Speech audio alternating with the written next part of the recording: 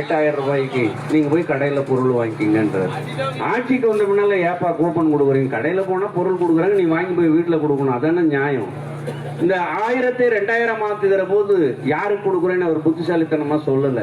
ஏற்கனவே வாங்குறவங்களுக்கு 2000 கொடுக்க போறே இல்ல எல்லாரும் கொடுக்க போறே சொல்லல.